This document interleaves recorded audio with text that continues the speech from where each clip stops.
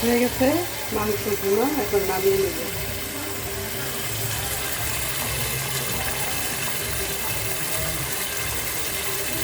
কোনো কালার দেওয়া হয়নি, যেটা অরিজিনাল কালার সেটাই কিন্তু দেওয়া। কালারটা আরও সুন্দর লাগতেছে।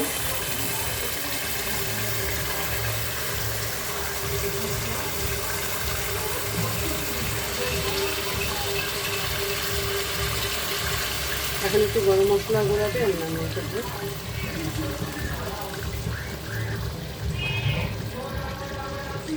হয়ে গেছে মাংস পোড়া।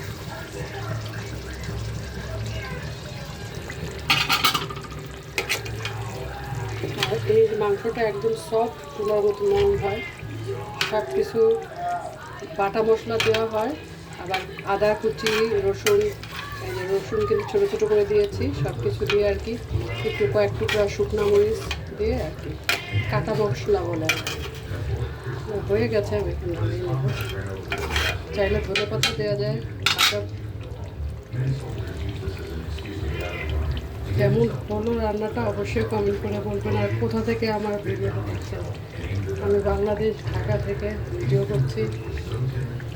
শায়লা আক্তার ব্লগস।